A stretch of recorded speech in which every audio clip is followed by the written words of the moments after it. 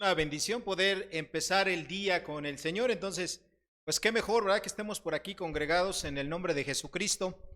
Y bueno, vamos a continuar con nuestro estudio de la carta de Pablo a la iglesia de Roma. Entonces, ahí si pueden abrir sus Biblias, por favor, Romanos capítulo número 12. Y en lo que ustedes la abren, quisiera decirles que ¿me pueden poner la presentación? Si son tan amables. Ok. ¿Pueden apagar esta luz de aquí, por favor, de en medio? No sé si ustedes conozcan a este hombre. Es un deportista muy famoso. Usain Bolt, ¿verdad? Bueno, este hombre, pues ese ha sido durante varios, prácticamente un par de décadas, uno de los hombres, si es que no el hombre más veloz, ¿verdad? Él corre los 100 metros en menos de 10 segundos y bueno, tiene muchísimas medallas olímpicas, campeonatos mundiales, etcétera. Pero casi todos los deportistas que llegan a ese nivel, pues tienen una característica o tienen una forma en la cual llegaron a lograr esos récords, esas marcas, esas victorias. Y eso que ellos tienen se llama disciplina. Pueden tener el talento. Muchas personas son muy talentosas. Pueden tener incluso las aptitudes físicas, una constitución atlética fuerte, en fin, todo lo necesario. Pero si no hay disciplina, lo demás se echa a perder. Y lo que es una realidad para el mundo de los deportes, también es una realidad para el mundo de los cristianos. Una de las virtudes más importantes que todo cristiano tiene que desarrollar en su vida es la disciplina. Nosotros sabemos que por naturaleza la disciplina no nos gusta. Nosotros sabemos que por naturaleza domar nuestros propios cuerpos es difícil, es complicado. Nosotros sabemos que dominar nuestras emociones es complicado. Nosotros sabemos que ajustarnos a los estándares de Dios es complicado. Y eso también obviamente Dios lo sabe. Pero si nosotros queremos tener una vida cristiana realmente exitosa, y cuando digo exitosa no me refiero a los estándares del mundo, sino me refiero a los estándares de Dios, tenemos que disciplinarnos. Nosotros como padres, cuando nuestros hijos están pequeños, tratamos de disciplinarlos. Lo hacemos, pero va a llegar un momento en el cual, pues los hijos tienen que responder por sí mismos. Y ellos tienen que autogobernarse o autodisciplinarse. Lo que un niño pequeño no aprende, no es enseñado por sus padres hasta los primeros 9, 10 años de su vida, difícilmente lo va a poder adquirir ya en su vida de joven o de adulto. Solamente el poder del transformador del evangelio puede lograr modificar ese tipo de cosas. Para nosotros los cristianos, que a lo mejor conocemos a Jesucristo ya en unas etapas de mediana edad o jóvenes, bueno, yo conocí el evangelio casi siendo un niño, 22 años, casi un niño. Uno ya trae muchos hábitos, ¿verdad? Uno ya viene mal formado, trae muchos accidentes de la vida. Pero lo único que realmente me pudo a mí meter a una vida cristiana, después obviamente de ser transformado por el evangelio, es la disposición que yo tenga para disciplinarme, para ajustar mi vida a los principios de Dios.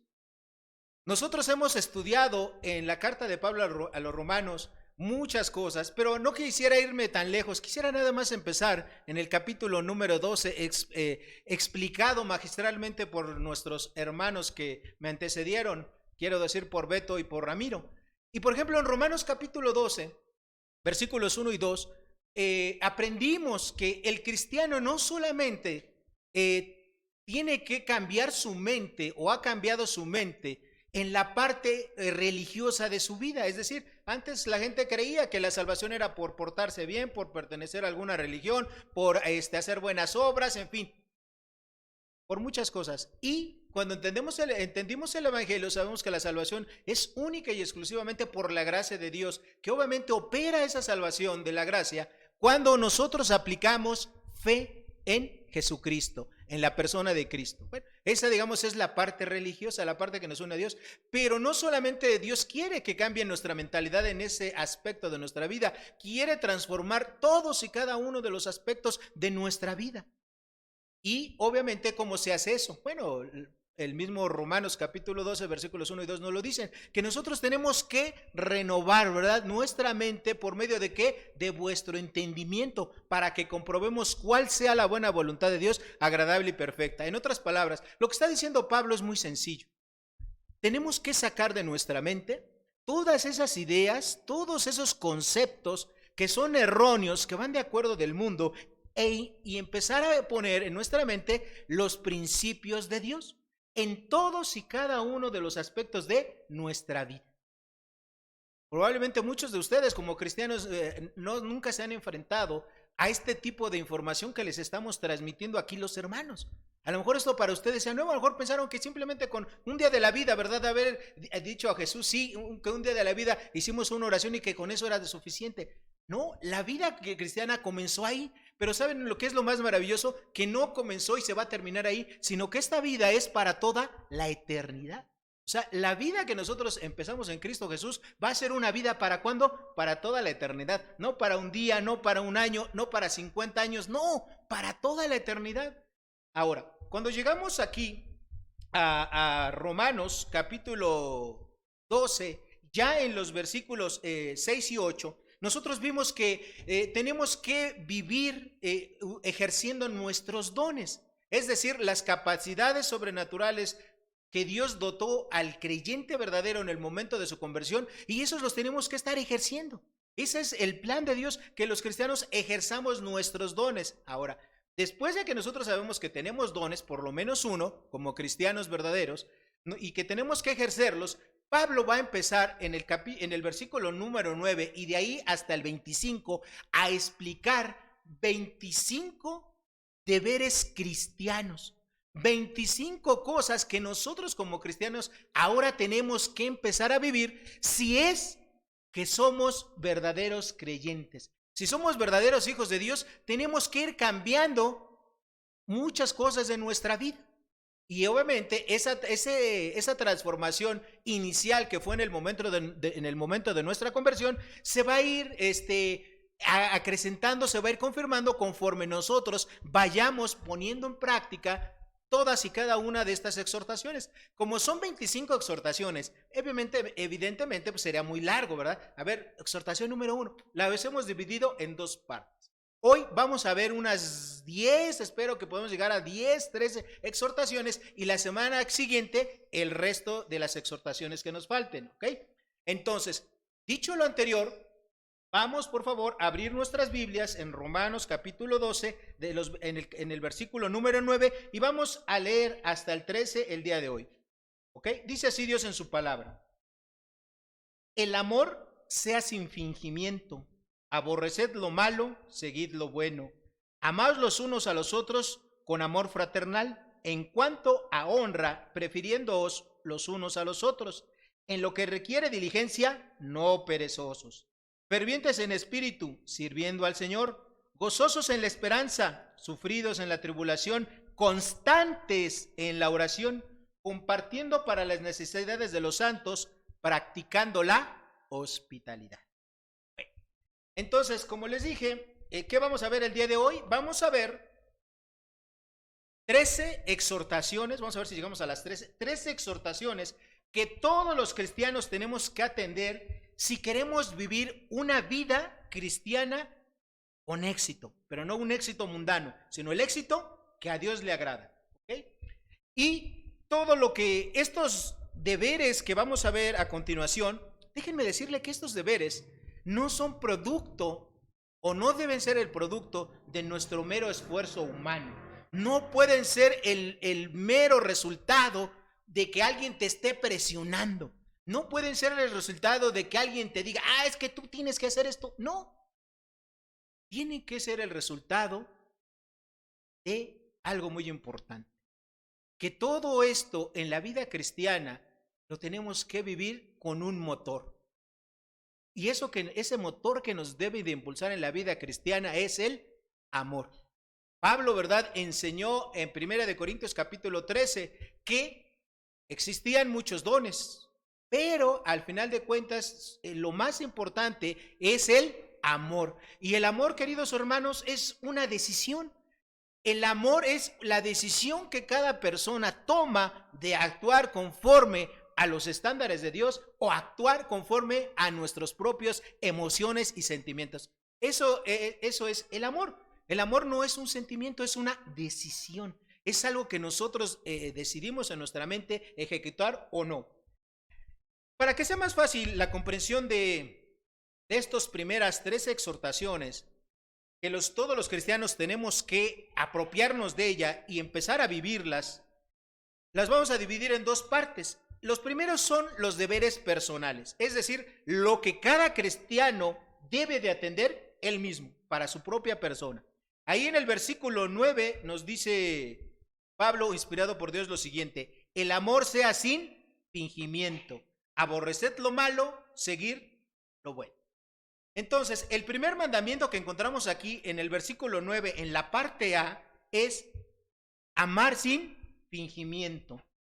Como yo les dije hace rato, la virtud más grande, la decisión más grande que un cristiano puede tener en su vida es amar. Y ese amor que viene aquí traducido es el amor agape, que es el amor que solamente puede ser producido por Dios. ¿Okay? Dios lo produce en el corazón de cada creyente verdadero. Es el tipo de amor que Dios tiene para con los seres humanos. Es el amor sacrificial que Jesucristo tuvo con nosotros al entregar su vida voluntariamente para que nosotros pudiésemos ser salvados.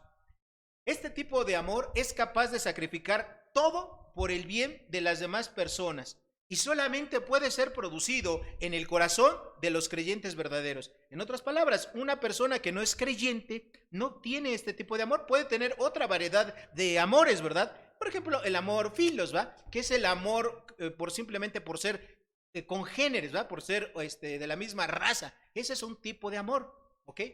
Pero no tiene este tipo de amor. Este amor solamente lo tienen los creyentes verdaderos, ¿okay? Los creyentes verdaderos.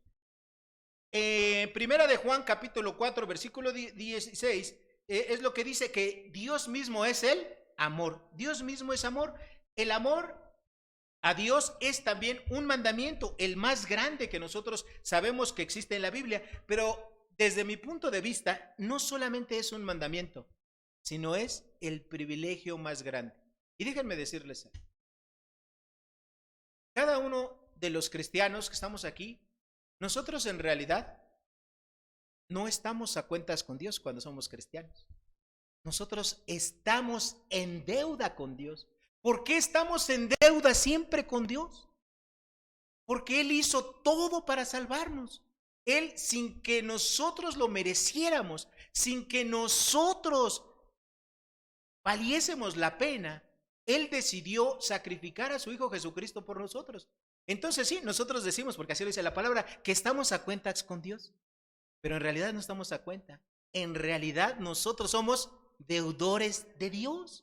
Nosotros le debemos a Dios, le debemos todo, nuestra salvación, el habernos perdonado, el que ya no andemos cargando una culpa, ¿verdad? Sí, como una enorme roca sobre nuestros hombros. Le debemos nosotros la gran y maravillosa esperanza de saber que cuando nos muramos vamos a morirnos, vamos a cerrar nuestros ojos y en el siguiente instante vamos a despertar y vamos a ver al Dios vivo y verdadero. Nosotros somos deudores de Dios. No estamos a cuentas con Dios. Nosotros le debemos a Dios. Todo lo que somos, se lo debemos a Dios. Pablo así lo decía, ¿verdad? Deudor soy de todos. Y principalmente ¿de quién? De Dios. Así es que ve considerando en tu vida, ve considerando en tu mente estas cosas que probablemente nunca hayas escuchado.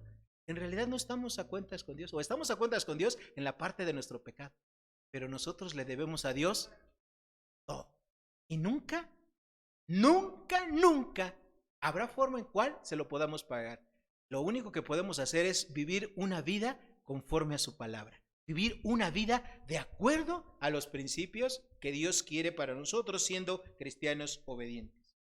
El amor, como yo les dije hace un rato, es el ejercicio más importante que un creyente debe de hacer en su vida. También el amor es fruto del Espíritu Santo. Y por cierto lo menciona en primer lugar allá en Gálatas capítulo 5, versículo 22.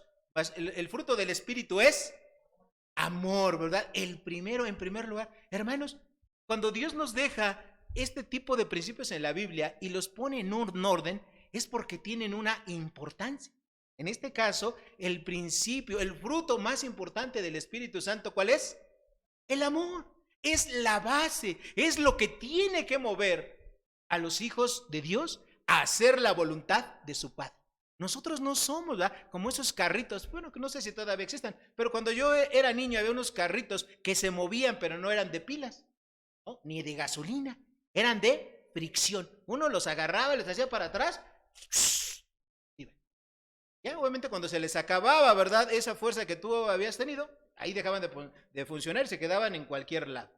Los cristianos no tenemos que ser como esos carritos de la antigüedad, movernos por fricción, ¿verdad? Porque alguien nos esté diciendo, no, lo que nos tiene que mover a nosotros, mis queridos hermanos, es nuestro claro entendimiento que somos deudores de Dios y que el amor es la decisión que tiene que mover todas y cada una de las acciones en nuestra vida.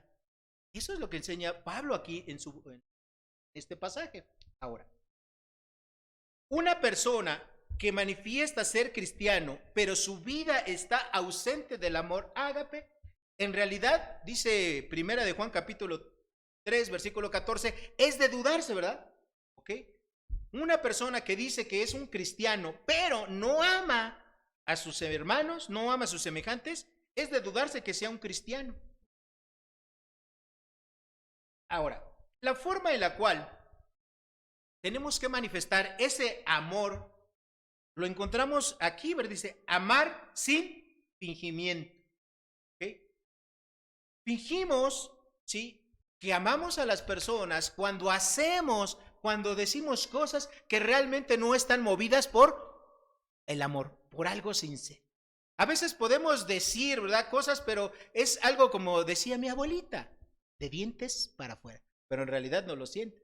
A lo mejor adulas, lisonjeas, pero por quedar bien, ¿no? A lo mejor alguien te dice, ay, hermano, usted qué bien hace esta tarea, ¿no? Y tú dices, ay, hermano, muchas gracias, ¿ah? Qué amable es usted. No, pero usted no se queda atrás. Fíjese que usted también hace muy bien esto, ¿ah? Por ejemplo, las hermanas cuando guisan, ¿no? Hermana, qué rico le quedó este guisado. Ay, hermana, y te echa flores, la cebolla, el ajo, el molcajete también te lo echa, ¿no? Y tú para no quedarte, ay, bueno, lo voy a contestar, ¿no? Ay, usted también hace los postres bien ricos. Nunca había comido un postre como tú, ¿no? Pero en realidad eso nada más es algo externo. O sea, Dios nos invita a que nuestro amor no sea así. No, Dios nos invita a que nuestro amor sea, ¿qué? Sincero, sin fingimiento, ¿ok? Que lo que vamos a decir sea cierto, sea honesto. Fíjense que los niños y los jóvenes, particularmente, cuando alguien les dice cosas que no, que se lo está diciendo por tratar de quedar bien con ellos se dan cuenta. Ellos se dan cuenta. Ellos saben cuando alguien se les acerca y tiene, ¿verdad?, un motivo genuino, sincero, o si nada más lo hace por quedar bien, ¿no? Hermanos, cuando nosotros nos acerquemos a saludar a una persona, a darle un abrazo, saludarla, lo que sea, hermanos, que sea sincero. Si le vas a decir algo, díselo sincero. Que sea algo que realmente esté nacido de tu corazón. No nada más por adular, no solamente por quedar bien, porque eso es lo que hace la gente en el mundo. La gente en el mundo trata de quedar bien siempre con alguien, con sus jefes, con sus compañeros de trabajo, con todo el mundo. Y eso se llama, ¿cómo se llama esto? Se llama hipocresía. Y tristemente es de lo que acusa a la gente que no es creyente a los cristianos. No, yo para qué voy a esa iglesia si ahí está lleno de puro ¿no? O sea, de hipócritas. Y eso es muy duro. Yo cuando escucho esas palabras, normalmente salgo en defensa de los hermanos en la fe y les digo, bueno, es que probablemente, ¿por qué tú dices eso? Y ya la gente dice, es que fíjate que yo una vez conocí a un cristiano, ¿no? Sí, pero es que tú por una persona no puedes juzgar a los miles o millones de cristianos que hay. No los conoces a todos. Conociste a uno y desafortunadamente ese uno hizo lo que tú estás mencionando. Pero la gran mayoría de cristianos no somos así. La gran mayoría de cristianos que somos sinceros tratamos de vivir una vida genuina. Usted como cristiano tiene que ser el mismo en su casa, en su trabajo, en su oficina, en su calle, con sus cuates, con sus parientes. Usted no puede tener 2 o 3 vidas. Usted tiene que tener una sola vida. Decía Pablo, nosotros somos cartas abiertas. Usted no puede tener una vida aquí en la iglesia. Usted no puede entrar por esa puerta y cuando llega aquí se pone su aureola, ¿verdad? Sus alitas y pone una cara de buena gente. No, usted tiene que ser el mismo en todos lados. Tenemos que empezar a vivir de acuerdo a los principios del reino, de acuerdo a lo que Dios enseña en su palabra. Nuestro amor sea sin fingimiento. Segundo deber.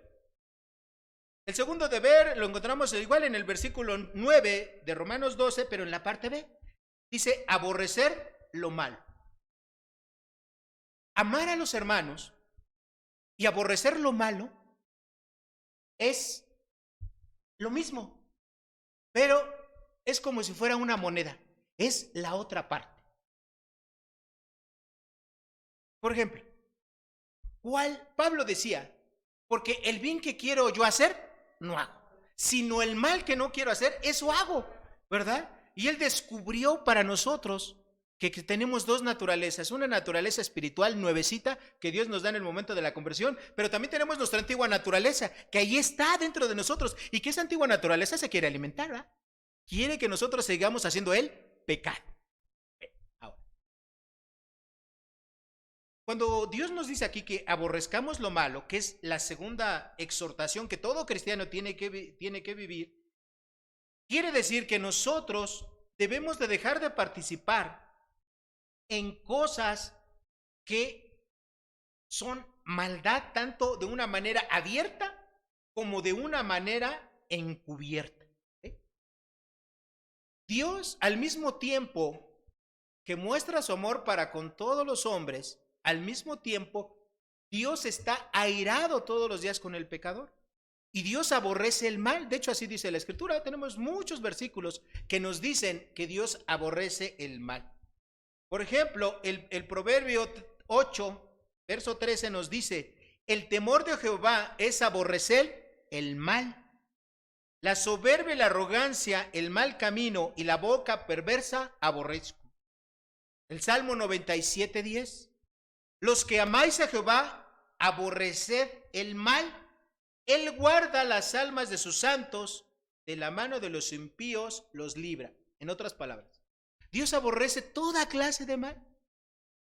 Muy limpio es Jehová de ojos. Él no ve el mal, ni siquiera lo ve, lo aborrece. Ahora, tú te preguntarás, ¿y cómo es que yo puedo aborrecer el mal? ¿Cómo puedo aborrecer yo el pecado? Porque seamos honestos, hermanos, el pecado es deleitoso, el pecado es apetecible, el pecado es atractivo.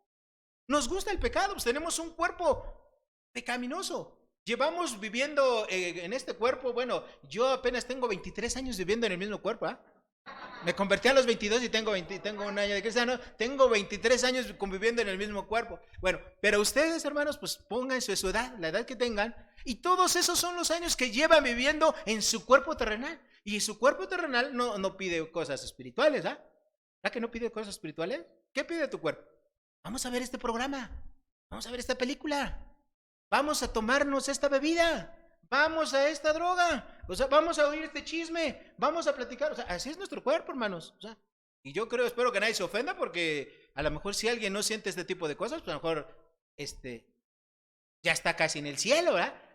A lo mejor se adelantó y debería de estar allá arriba. No, así es el cuerpo, hermano. Así dice Pablo, así dice Romanos, ya lo estudiamos. Ahora, ¿cuál es la única forma en la cual nosotros realmente podemos aborrecer el pecado? Fíjense que conozco a varias personas que por toda su vida, y hablo de personas que tienen 40, 50 años, fueron fumadoras.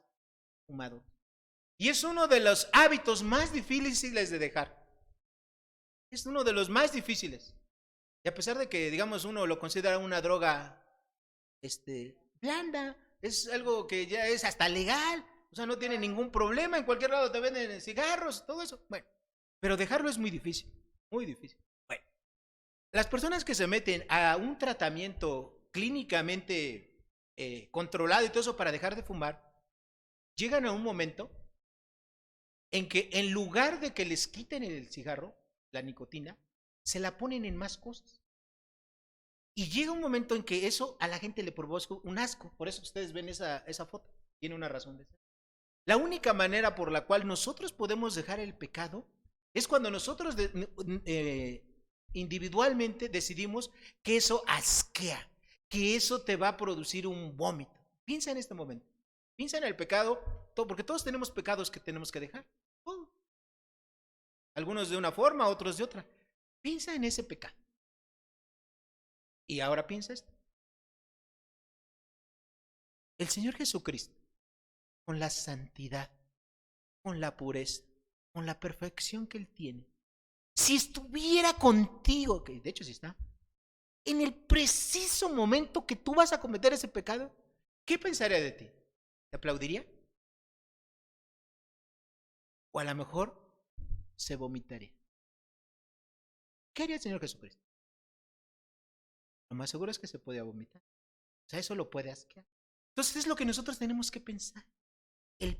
La única manera de ir dejando los pecados en nuestra vida es que nos asqueen. Decir, ¿eso qué puede provocarle al Señor Jesucristo? Si tú piensas que el Señor Jesucristo estaría muy contento contigo, viendo esa película, viendo esa revista, viendo en ese videojuego, contando esos chistes del color rojo, verde, morado, del que tú quieras, participando ahora sí que en esos comentarios, haciendo bromas de aquí, ¿no? Pues hazlas tú. Pero si tú crees que el Señor Jesucristo no haría eso, y eso provocaría un vómito en él, lo hagas. Esa es la única manera, hermanos, en la cual nosotros podemos vencer el pecado, vencer lo malo. ¿Okay? En Judas, versículos 20 al 23, hay una exhortación, y esa exhortación dice, conservaos en el amor de Dios. Además de nosotros de pensar lo que pudiese provocar el que nosotros hagamos ese pecado a Jesucristo, nosotros tenemos que también estar al mismo tiempo del otro lado, conservarnos en el amor de Dios. Es decir, imagínense que aquí, en este medio, aquí donde está esa columna, de esta zona de acá es la zona de pecado. Y de este lado de acá es la zona santa. Es que acá está mi esposa. Ah, no es cierto. No, es la zona santa, ¿verdad? Estelar. Es un mero ejemplo, hermanos, por favor. Es para ilustrar la enseñanza. Bueno, esa zona de este lado va a estar la zona del amor de Cristo. Donde yo tengo que estar. Yo tengo que procurar que mi vida, mis actividades, mis pensamientos, mis intenciones y todo esté en la zona del amor, en la zona de Cristo. Porque si yo me paso de este lado, que es la zona del pecado, donde está mi mente, la maldad del mundo, la influencia del mal, de mis compañeros de la escuela, del trabajo y todo eso, lo más seguro es que esto me va a llevar ¿a qué? ¿A qué me va a llevar? A pecar. Si yo estoy del lado, ¿verdad?, del pecado, ¿sabes? Nosotros, hermanos, de verdad, no somos un ave fénix. El ave fénix, ¿se acuerdan? Surgía así de las cenizas y se le va, ¿no? Y no manchaba sus plumajes, ¿verdad? Como dice un poeta, ¿verdad? No. Si nosotros estamos en medio del pecado, lo más seguro es que pequemos. Pero si estamos del lado de la santidad de Dios, lo más seguro es que nos conservemos en la santidad de Dios. Y eso es lo que tenemos que hacer nosotros. ¿Usted qué ve entre semana? ¿Usted qué ve entre semana? ¿Qué programas ve? ¿Qué series ve? ¿Qué libros lee?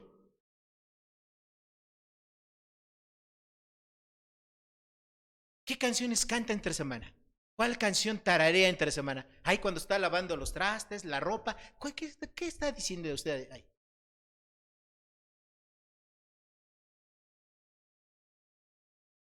Nosotros tenemos que procurar siempre estar en el lado del amor. Conservarnos, dice aquí Judas, ¿en dónde? En el amor de Dios. ¿Okay? Hermanos, los cristianos, aunque tengamos 1, 2, 3, 5, 10, 15, 20 años, hermanos, no somos inmunes al pecado. No hay una vacuna. ¿Sí? No hay una vacuna que los cristianos nos podamos poner para decir, soy inmune al pecado y no me importa. Échenme la tentación, échenme el pecado, yo lo voy a resistir. No hay. No hay. No hay vacuna contra el pecado.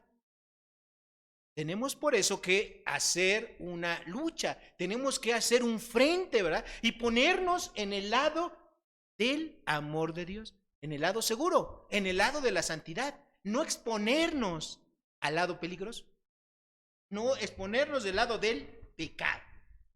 ¿Okay? Nosotros leemos, con esto termino, bueno, no, ni lo voy a leer, ustedes ya lo saben, Proverbios capítulo 6, versículos 6 al 19, donde dice que 6 cosas aborrece Jehová y aún 7 abomina su alma. Y ahí da 7 pecados. Entonces, hermanos, Dios aborrece el pecado. Nosotros tenemos que aborrecer también ¿qué? El pecado, lo malo. Tercer amonestación, tercera exhortación que Dios les hace a los cristianos. Versículo 9, parte C. Seguir lo bueno. ¿Pueden cambiar la lámina? Así como tenemos que aborrecer lo malo, tenemos que seguir lo bueno. Y esta palabra que se traduce aquí como seguir es una palabra que en su raíz tiene el concepto de algo pegajoso, algo así como el pegamento. Pegamento 5000, si es que todavía existe por ahí esa marca, o el pegamento de contacto es bastante fuerte, ¿no? El cola loca, por ejemplo, es un pegamento muy fuerte. Bueno, seguir lo bueno, esa es la palabra que se traduce, es decir, pégate a lo bueno, ¿sí? No te pegues a lo malo, no te pegues al pecado, pégate a lo bueno, eso es lo que se traduce aquí. Seguir lo bueno es estar de acuerdo a lo que Dios dice. Pégate a los principios que Dios dice en su palabra. Un resumen de todo lo que podemos pegarnos a Dios está en Filipenses capítulo 4, versículo 8. Por lo demás, hermanos, todo lo que es verdadero, todo lo honesto, todo lo justo, todo lo puro, todo lo amable, todo lo que es de buen nombre, si hay virtud alguna, si algo digno de alabanza, en esto pensad. Hermanos, esa es la exhortación. ¿Okay? Esa es la exhortación, la tercera que Pablo nos hace a los creyentes, que nosotros tenemos que estar pegados a lo bueno. ¿Tú a quién te pegas? ¿Pegas al pecado o te pegas a Dios, a su palabra, a las cosas, a las actividades espirituales? ¿A qué te pegas? Dios quiere que te pegues a lo bueno. En los versículos 10 a 13 encontramos las siguientes exhortaciones, que en este caso serían 9, pero para que lo podamos entender, esas exhortaciones ya no son para nosotros, sino son exhortaciones que nosotros tenemos que ponerlas en práctica, pero hacia los demás, hacia nuestros hermanos en Cristo. Dice: amaos los unos a los otros con amor fraternal, en cuanto a la honra, prefiriéndoos los unos a los otros, en lo que requiere diligencia, no perezosos, fervientes en el espíritu, sirviendo al Señor, gozosos en la esperanza, sufridos en la tribulación, constantes en la oración. Bueno, entonces, el cuarto deber es amarnos con amor fraternal. Versículo 10, la parte A. Fíjense que aquí dice eso de amaos con los unos a los otros con amor fraternal. Es como, está doble el mandamiento, ¿okay? Está doble. Amaos y amor fraternal son sinónimos, ¿ok? Pero se utilizan dos palabras de griegas para decir exactamente lo mismo, lo cual nos implica que es algo muy importante que tenemos que hacer. Ahí aplicamos otro principio de interpretación bíblica, ¿verdad? Cuando nosotros vemos que un mandamiento se nos da 2 veces, o sea, cuando Dios da un mandamiento en su palabra, es algo importante. Cuando Dios da algo 2 veces en su palabra, es algo muy importante. ¿Ok?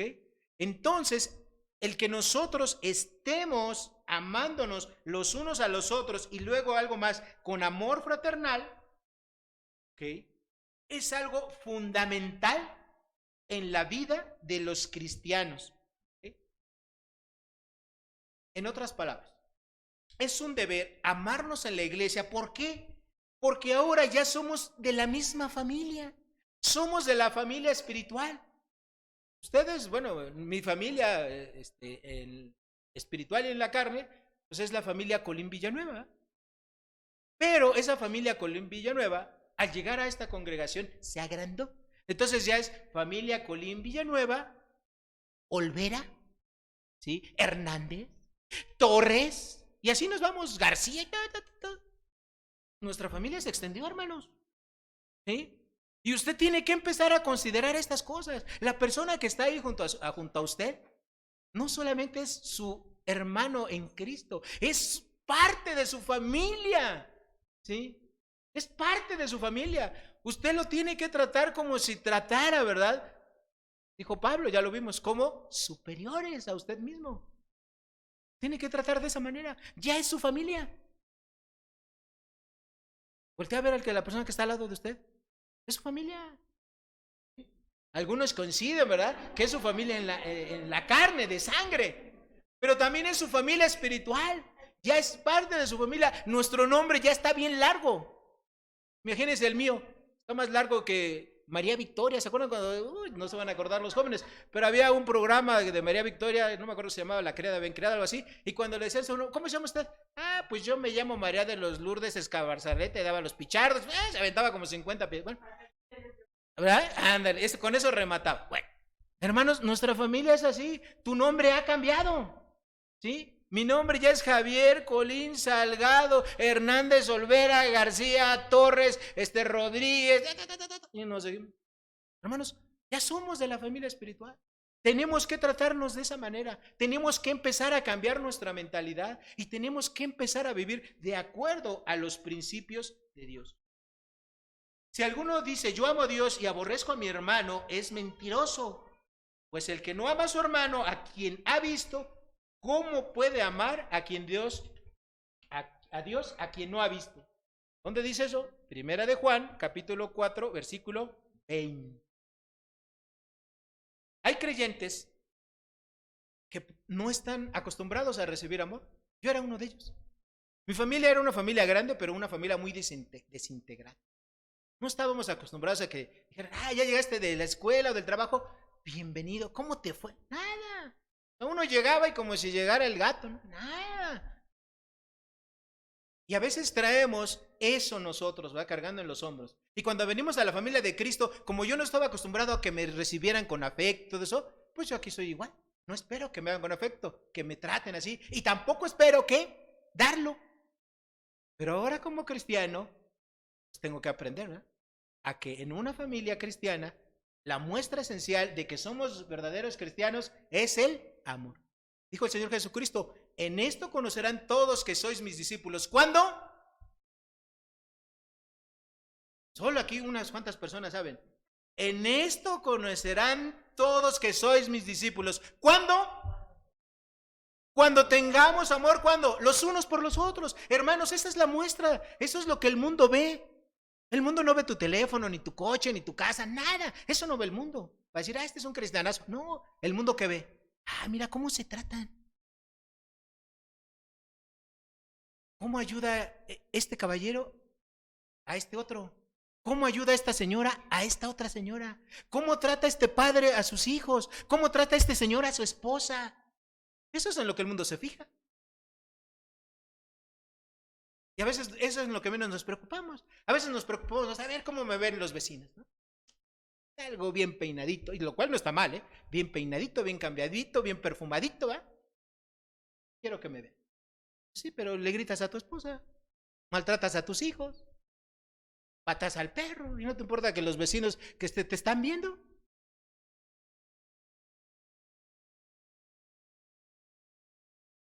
En esto conocerán todos que sois mis discípulos. ¿Cuándo?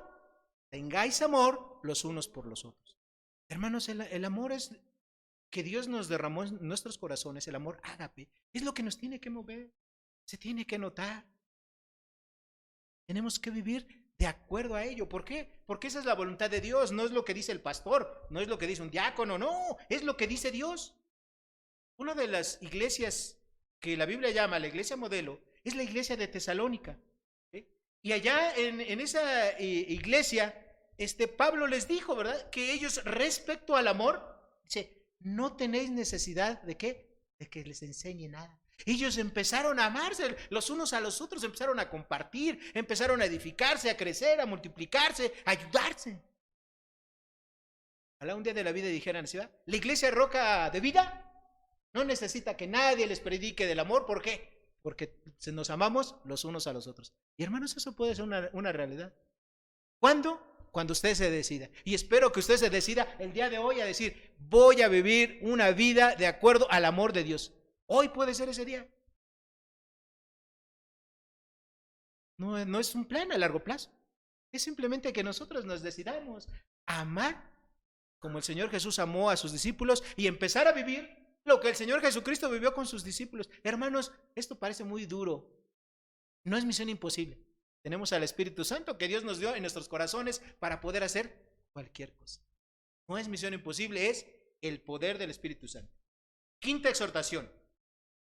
Ahí en la parte B del versículo 10 nos dice Pablo, preferirse los unos a los otros en cuanto honra. ¿Okay? Este quinto exhortación tiene que ver con la humildad. En el mundo no es fácil dejarnos nuestros derechos, no es fácil dejar nuestras prerrogativas y cederlas por alguien. ¿Pero qué creen? En Cristo sí.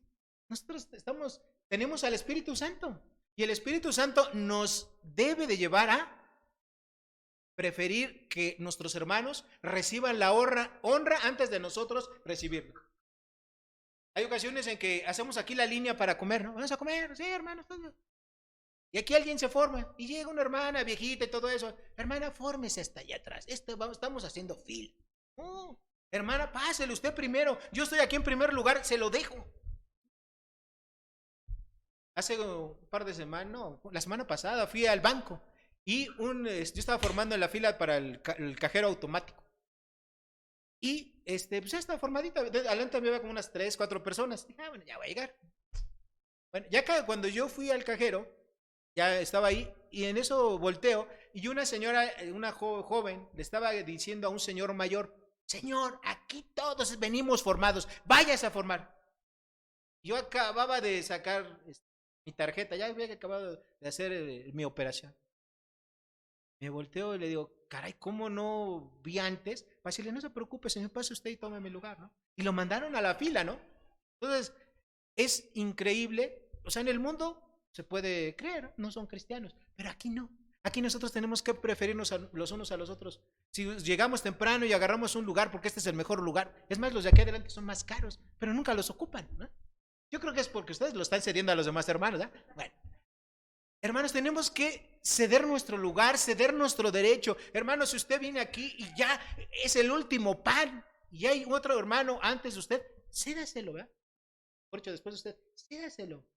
Si es el último pedacito de postre, ¿qué?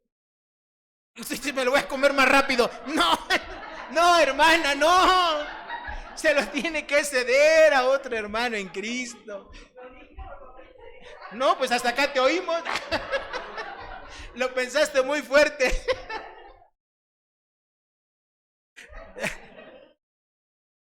Tenemos que hacer nuestros derechos, hermanos. Tenemos que preferirnos los unos a los otros. Esa es la exhortación. Ese es el amor de Dios. En todo, hermanos, en lo que sea.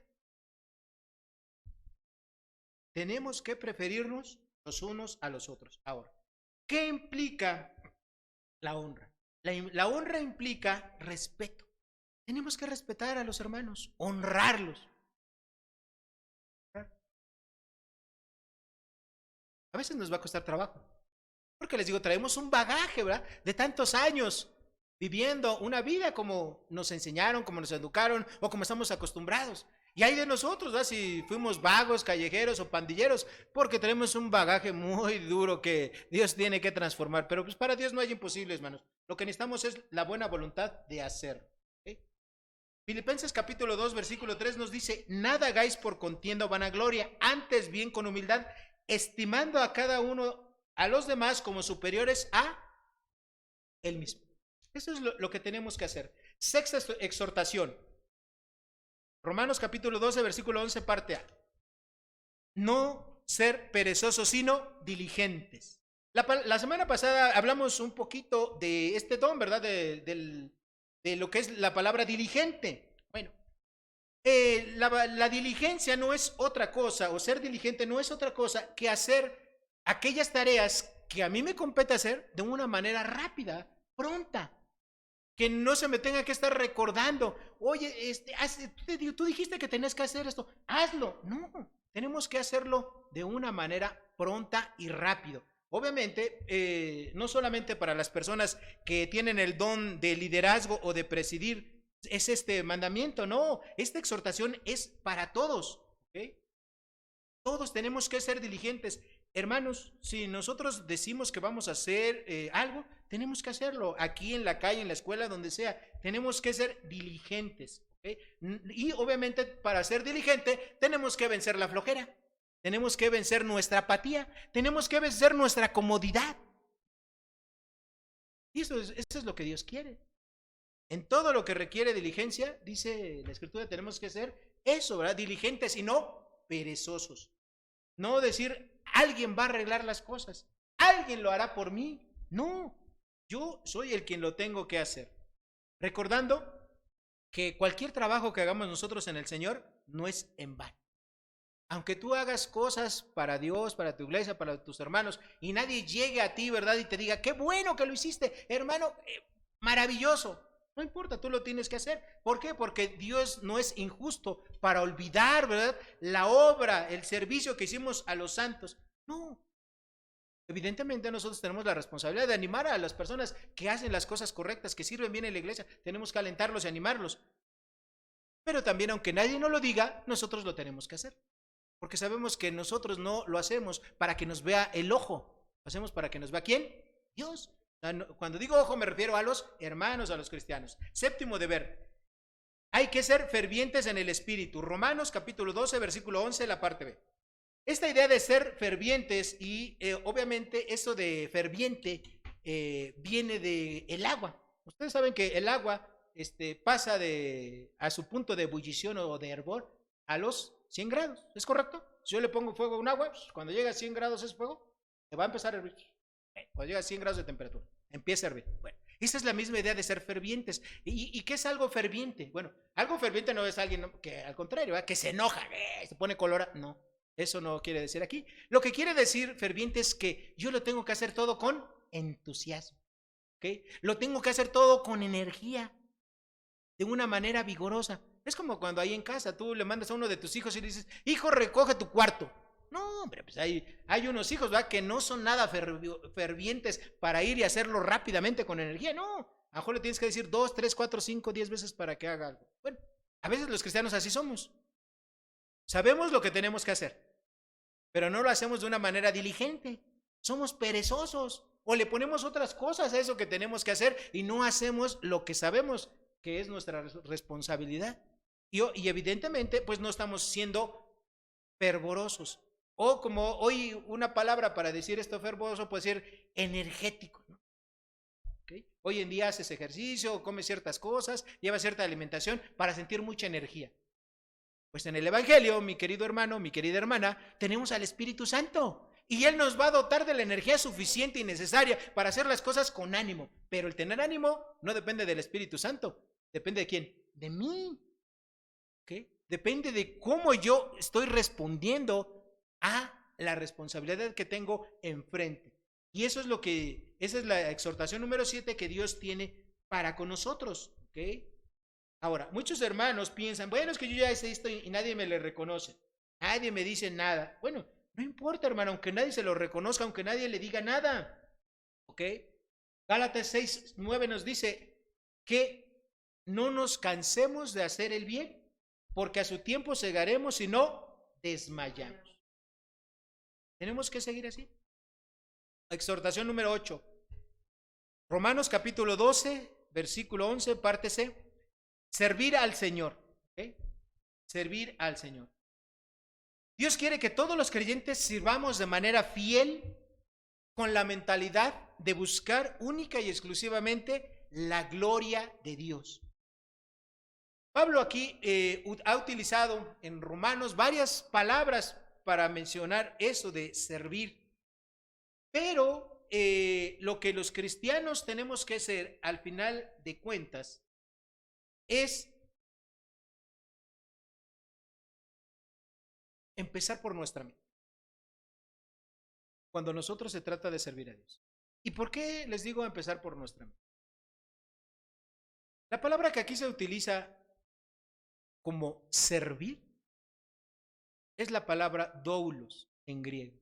Y esa palabra aparece más de 154 veces en todo el Nuevo Testamento. Y esa palabra quiere decir esclavo. Como la palabra esclavo suena muy fuerte para las audiencias contemporáneas, la gran mayoría de las Biblias lo traducen no como un esclavo, sino como un servidor o como un siervo. Eso suena más blandito, ¿eh? Suena más tolerante. Pero la realidad de las cosas, mis queridos hermanos, es que nosotros los cristianos somos esclavos siempre. Antes de venir a Cristo éramos esclavos del pecado, de la avaricia, del orgullo, del egoísmo, de las drogas, de muchísimas cosas éramos esclavos. Y ahora que Dios nos ha rescatado por medio del sacrificio de Cristo Jesús, hemos venido a ser esclavos de Dios, esclavos de la justicia. Todo el tiempo somos esclavos, pero ahora somos esclavos del Dios vivo y verdadero. Y por eso les digo que tenemos que empezar por nuestra mentalidad. Hermano, hermana, así como yo hace rato les dije que nosotros los cristianos no estamos a cuenta con Dios, nosotros somos deudores de Dios. Hermanos, ahora nosotros, les digo que antes de ser hijos de Dios, somos esclavos de Dios. Antes de nosotros de ser hermanos de Jesucristo, que sí lo somos esclavos de Dios. Antes de poderle decir a Dios papá, papito y cosas esas que tenemos que hacerlo con mucha responsabilidad y estar viviendo una vida sana, una vida de testimonio que respalde, que yo pueda decirle así a Dios, antes de pensar de esa manera, yo tengo que pensar que soy un esclavo de Dios y que yo debería de hacer siempre la voluntad de Dios y no mi soberana voluntad. Hermanos, hoy en día el cristianismo está lleno de esto, que hemos suavizado las cosas, pero en realidad somos esclavos. Todo el tiempo que vivamos somos esclavos. Antes del pecado, de la maldad, ahora somos esclavos de Dios. Y un esclavo solamente puede servir a él. ¿A quién puede servir ese esclavo? A su amo, a su Señor. Nosotros como esclavos deberíamos de pensar siempre, ¿cómo voy a servir a mi Dios? ¿Cómo voy a servir a Jesucristo? ¿Cómo voy a servir al Padre? Y normalmente no pensamos en esto. Es más, algunos de nosotros decimos, oh, soy un cristiano, yo soy un cristianazo consentido de Dios. Hermanos, Dios no tiene hijos consentidos. Si Dios nos llama hijos, es solamente por su misericordia. Si el Señor Jesucristo nos dice que somos sus amigos, sí lo somos, es cierto. Pero antes de ser sus amigos, antes de ser sus hermanos, somos sus esclavos. Él nos dio la vida.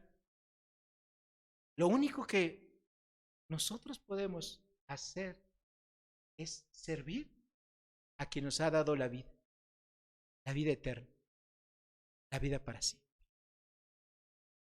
Y eso es lo que tristemente en nuestro cristianismo contemporáneo, occidental y posmoderno se ha dejado en el olvido. Antes, cuando una persona aceptaba a Jesucristo, los primeros 200, 300 años de la iglesia, sabía que lo iban a matar. Él sabía y no le importaba. Hoy en día una persona que se convierte en cristiano, pues más bien piensa, ¿qué me va a dar Dios? ¿Cómo me van a servir? ¿Qué me van a dar? No, nuestra mentalidad correcta y de acuerdo a la doctrina bíblica es pensar, ¿cómo voy a servir a mi Dios? ¿Cómo voy a servir a mi amo? ¿Cómo lo voy a hacer? ¿Qué voy a estar haciendo? ¿Mi vida, mi voluntad o la voluntad de Dios? Necesitamos renovar nuestra mente, hermanos.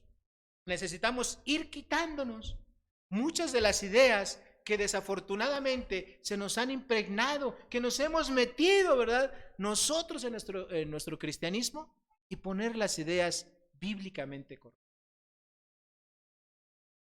Yo sé que muchas de las cosas que yo digo en este púlpito Algunos les son como un golpe, ¿verdad? Suenan duras. Hermanos, también para mí sonaron duras. Y cuando uno va a la escritura y se pega y se mete y estudia, hermanos, créanme que también yo soy desafiado igual que ustedes. Pablo era desafiado igual que nosotros. Él dijo, ¿verdad? El bien que quiero hacer no hago, sino el malo que no quiero hacer, eso hago. Y eso nos pasa a todos, hermanos. Pero tenemos que empezar a cambiar nuestra mente. Si cambiamos nuestra mente, van a cambiar nuestras acciones, van a cambiar nuestro comportamiento, van a cambiar nuestras metas, va a cambiar nuestra vida.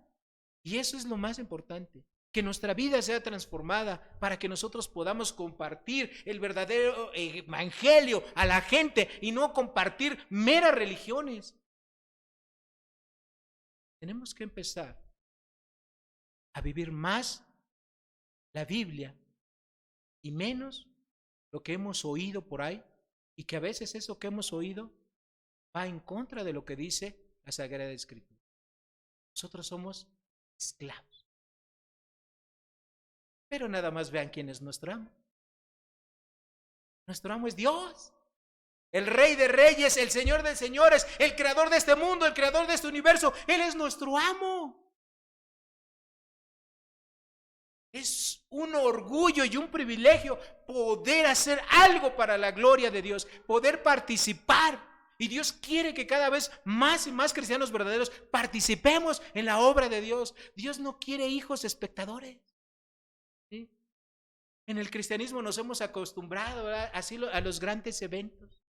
En los grandes eventos, por ejemplo, imaginen ahorita que ya viene el Mundial. Ahí al frente, en la cancha, ¿cuándo se están jugando? 11 de cada equipo. Un árbitro, 2 abanderados. Y ahora unos cuantos más con el VAR, ¿no? Y hay miles ahí viendo el partido, viendo cómo actúan. Ay, la regó, dio mal pase, no cabeció bien, se cayó, se paró. Puro espectador. Puros directores técnicos. Y otros millones más viéndolo por televisión, por el internet. Y eso nos ha influenciado tanto que a veces así pensamos que es la iglesia. Pero pues hay que se hagan bola los que dirigen, los que predican, los que enseñan. Yo estoy sentado, viendo nada más lo que se hace mal o lo que debería de hacerse. No, hermanos, nosotros todos, sin excepción, somos esclavos de Jesucristo. Todos somos deudores de Dios. Y aunque tuviésemos 1000 vidas y todas esas vidas las dedicásemos exclusivamente a servir a Dios, ni con eso le podríamos pagar a Dios la salvación tan grande. Pero nada más tenemos una vida. Tenemos que utilizarla para servir a nuestro amo, para servir a nuestro Dios. Noveno deber. Novena exhortación. Romanos capítulo 12, versículo 12, la primera parte. Gozarse en la esperanza. No debemos olvidar nunca que la forma de vivir nuestra vida cristiana es sobrenatural. Es por dependencia del Espíritu Santo. ¿Ok? Y eso lucha contra los pensamientos del mundo, de los pensamientos de la gente, y en ocasiones a veces hasta lucha en contra de los pensamientos de los propios hermanos en la fe, que tienen otro tipo de mentalidades diferentes a la mentalidad de Dios. Algunos ministerios o trabajos que se hacen, tenemos que pensar como Dios piensa. Hay muchas cosas que los resultados se pueden ver prontamente. Pero hay trabajos y ministerios para Dios que los resultados se pueden ver a 10, 15, 20 años o nunca verse en esta tierra. Pero ¿saben qué? En el cielo sí se están viendo. Mientras eso llega, nosotros tenemos que estar gozosos en la esperanza. Es decir, saber que Dios está obrando, que Dios está trabajando. A un joven misionero africano se subió en un avión y él iba volando a Sudáfrica, de Ámsterdam. Y en el momento que él estaba ahí ya sentado, tomó su lugar, se puso su cinturón y todo eso, sacó su Biblia para leer. Y la persona que estaba al lado de él también era una persona de color. Y cuando vio, le preguntó, oye, ¿usted es cristiano? Dijo, sí. Ah, yo también. Oye, ¿y a dónde va? Ah, bueno, a Sudáfrica, claro. Pero, ¿qué va a hacer? Ah, es que hay una conferencia misionera, que no sé qué, y yo vengo a participar. Le dijo, oye, ¿cómo se llama usted? Y le dio su nombre. Le dijo, oiga, ¿y usted conoció a Perenganito de tal? Y le dijo, sí. ¿Usted lo conoció? Sí, es mi papá. Y el otro cristiano, el que primero abrió su Biblia, le dijo, su papá me predicó del Evangelio en mi país hace muchos años. Pero él nunca supo que ahora, porque él murió, que ahora yo soy pastor y misionero. Y tenemos una gran misión. Tenemos una obra de miles de cristianos en mi país. Y el hombre que le había predicado murió antes de ver eso. Hermanos, nosotros tenemos que trabajar en el Evangelio. No sabemos si esa persona a la cual usted le va a predicar el Evangelio mañana, pasado, en 15 días va a ser un pastor, un misionero, va a llevar la obra, ¿verdad? Va a llevar la palabra a una comunidad. No lo sabemos, pero tenemos que trabajar de esa manera. Tenemos que tener la esperanza de que el Evangelio de Dios es poder, ¿verdad? El Evangelio es el poder de Dios para salvación. Entonces tenemos que predicarlo. Y así que no solamente trabajar en predicar el Evangelio, en cualquier cosa que Dios quiera tenemos que trabajarlo. Pensando eso, que nosotros tenemos que gozarnos en la esperanza, sabiendo que Dios está obrando. Piensen nomás usted en lo siguiente. Si usted tiene hijos o seres queridos que todavía no son creyentes, ore por ellos. Si usted predica el Evangelio y no ve que la gente le responda positivamente, siga orando por ellos y sígales predicando. Si tiene hijos, amigos alejados del Evangelio, ore por ellos. Si usted está a cargo de un ministerio y ve pocos frutos en su trabajo, ore por su ministerio. Si usted tiene problemas con su marido, ore por su ministerio, ore por su marido. Si usted tiene problemas con su esposa, ore por su esposa. Si usted tiene problemas con su esposo, ore por su esposo. Hermanos, tenemos que vivir de esa manera, sabiendo que la esperanza de Dios ahí está, sabiendo que Dios va a responder, sabiendo que en una oración nada se va a quedar sin un provecho espiritual. Tenemos que vivir de esa manera.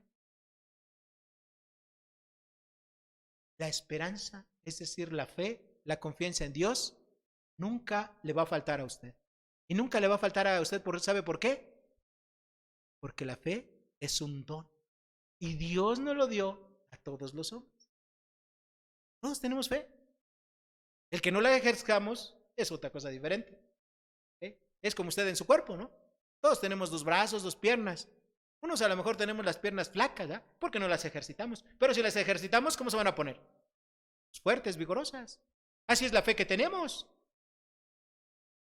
De todos nos dio Dios una fe. Pero si usted no la ejercita, su fe va a estar bien flaca, ¿no? Bien raquítica.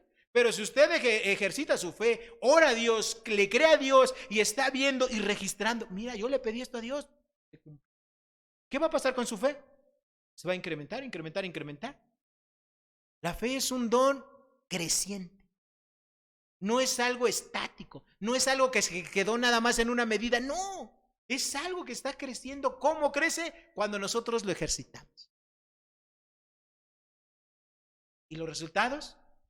A lo mejor no los vamos a ver, ¿sí? Como este misionero que predicó en África. Pero lo más importante es que Dios sí los ve y Él no está cruzado de brazos. Hermanos, aquí le dejamos con las exhortaciones por razones de tiempo, pero todavía tenemos algunas por delante. Oremos. Ay, Señor, ¿qué te podemos decir en esta tarde? Solamente que Dios, pues, somos esclavos tuyos, Señor. Somos deudores tuyos. Si hemos vivido, Señor, pensando cosas diferentes hasta este momento, te pedimos que nos perdones. Que tu Espíritu Santo nos lleve a poner en práctica estas exhortaciones que hemos visto en esta carta maravillosa a los romanos, Señor. Padre, tampoco estamos solos, tenemos al Espíritu Santo que nos fortalece, que nos guía, Señor, para poder poner por obra todas y cada uno de estos mandatos que tú tienes para nosotros. Te tenemos a ti y al Señor Jesucristo allá en el cielo, A Jesucristo que intercede, Señor, delante de ti, Señor, por todos y cada uno de nosotros. El abogado perfecto, Señor, ahí está con nosotros. Y te tenemos a ti, Señor, en los cielos, que tú quieres que hagamos tu voluntad y nos has capacitado, Señor, para ello. Queremos ser esclavos obedientes, Señor.